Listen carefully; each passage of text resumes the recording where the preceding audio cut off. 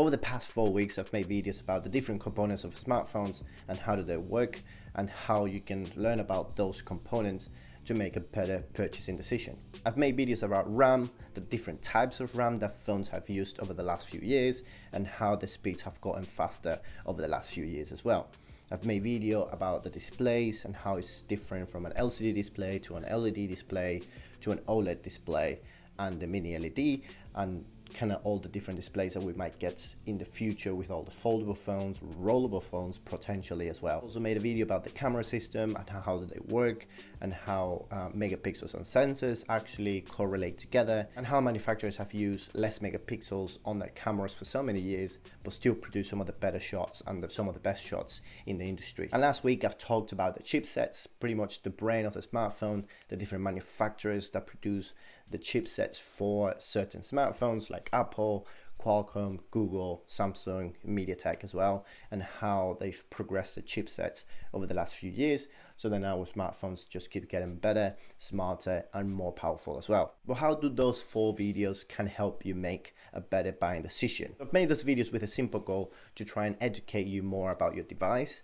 how do they work, what are the components inside your smartphone, and kind of what are some of the things you want to keep in mind next time you're buying your new smartphone. Nowadays, a lot of people are going for 2 different paths when buying a new phone. They either buy the latest and greatest smartphone, whether that's the latest iPhone, the latest Samsung, latest Google phone, and just buy the Pro versions, which is the highest end smartphone they can find, which they're usually pretty expensive.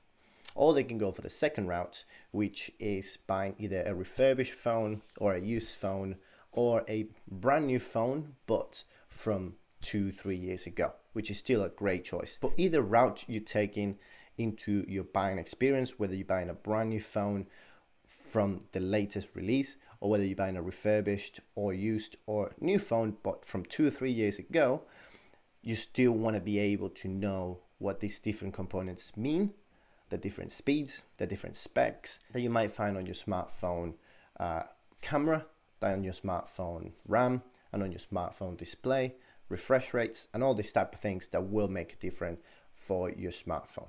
But regardless of what route you take, whether you take the latest and greatest flagship phone or whether you take the refurbished and used route to buy your latest smartphone, you still want to be able to understand what all the things on the spec section of your smartphone mean. What does RAM means, kind of what kind of RAM does it have, the camera does it have, how many megapixels, the kind of sensor does it have. Again, it's not something that you're going to do much with that information, but at least you're aware of what's happening within your phone and why it might be slower than some of the phones, especially if you compare it to a phone that has a RAM of LPDDR4 to a phone that has the latest 5X. It's definitely going to be a difference in terms of speed, multitasking, and different things. Same with the cameras. So it's obviously hard to compare a phone from 3 years ago with a certain camera system and then compare it to one of this from today's system that they all have like 50 or 48 megapixel cameras and they can take different types of shots as well, and they're a lot better because again they're probably getting so much better computational photography that the phone from 3 years back might still have a great camera, but it's still lacking behind when it comes to computational photography. And obviously when it comes to display as well, a phone from 3 years back might have a worse display. And when I say worse display, I just mean like maybe it's just a little slower on refresh rate. So instead of having 120 Hertz of refresh rates, maybe you only have 60 or 90, or maybe the colors are not as accurate as they are on the latest smartphone, or maybe it's LED instead of OLED. But those are things that you want to keep in mind for whichever route you're taking, so you can future-proof yourself for years to come. If you're buying a phone from 2 to 3 years back, I'll probably recommend you to buy one of the flagship phones from those years. So if you're buying a Samsung phone from 2 years ago, so I'll probably recommend you to buy a Samsung S21 Ultra or one of the S21 series, just because of the updates you get still up to now. I believe Samsung gives you 5 years of software updates and security updates, so you still have another 2 to 3 years on that smartphone. And you can probably get it now for a quarter or 50% off the normal price when it first launched. So obviously when it first launched, it launched at about £1,100. So now you can probably find it for £400, which is a great deal, still a great phone, and you can still get the security and software updates for another 3 years. So you can do that, and it still has some of the greatest specs that we've seen on smartphones, because again, it was a flagship back then, and it's still a flagship right now. Obviously, it's a little bit worse than the S23 Ultra, but still a solid phone. Same goes for iPhones. If you get an iPhone 12 Pro, it's still going to live up to the expectations, to what you kind of like know of the iPhones, especially if you're coming from an older phone like an iPhone 6.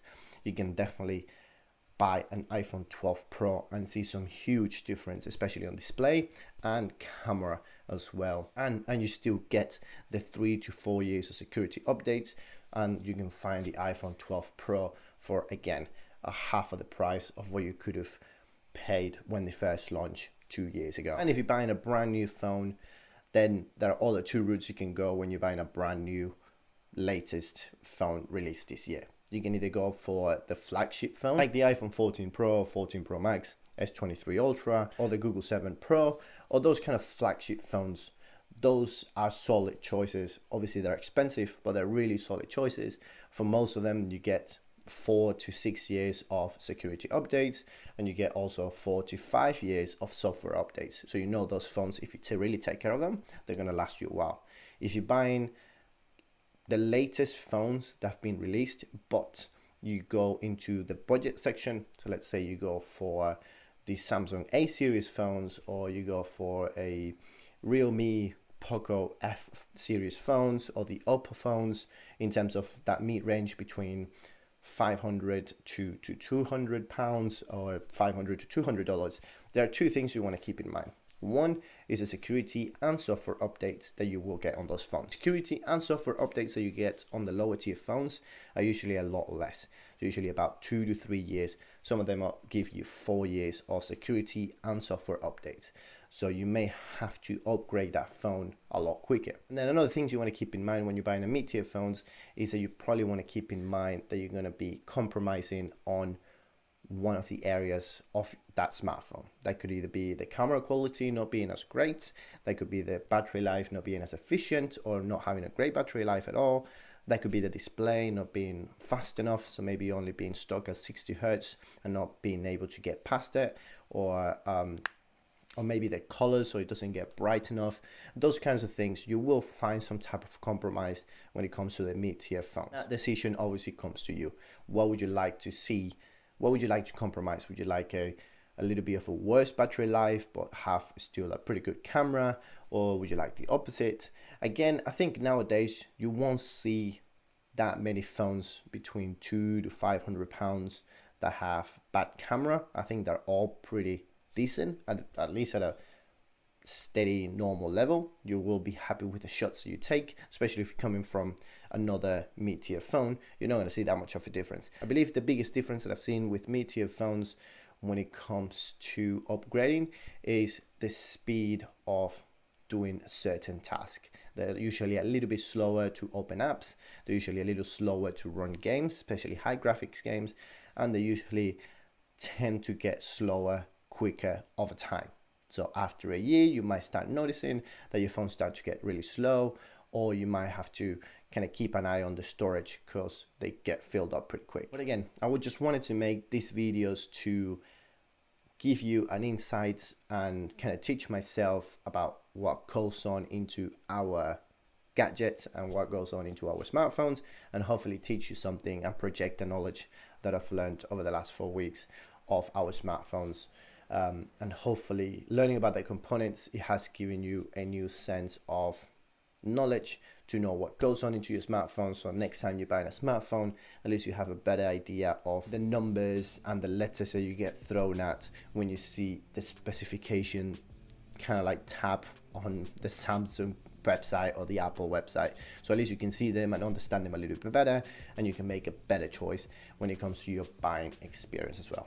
Obviously, don't forget to watch review videos from different creators so you can get different views on the same product and have different points of views when it comes to that same product.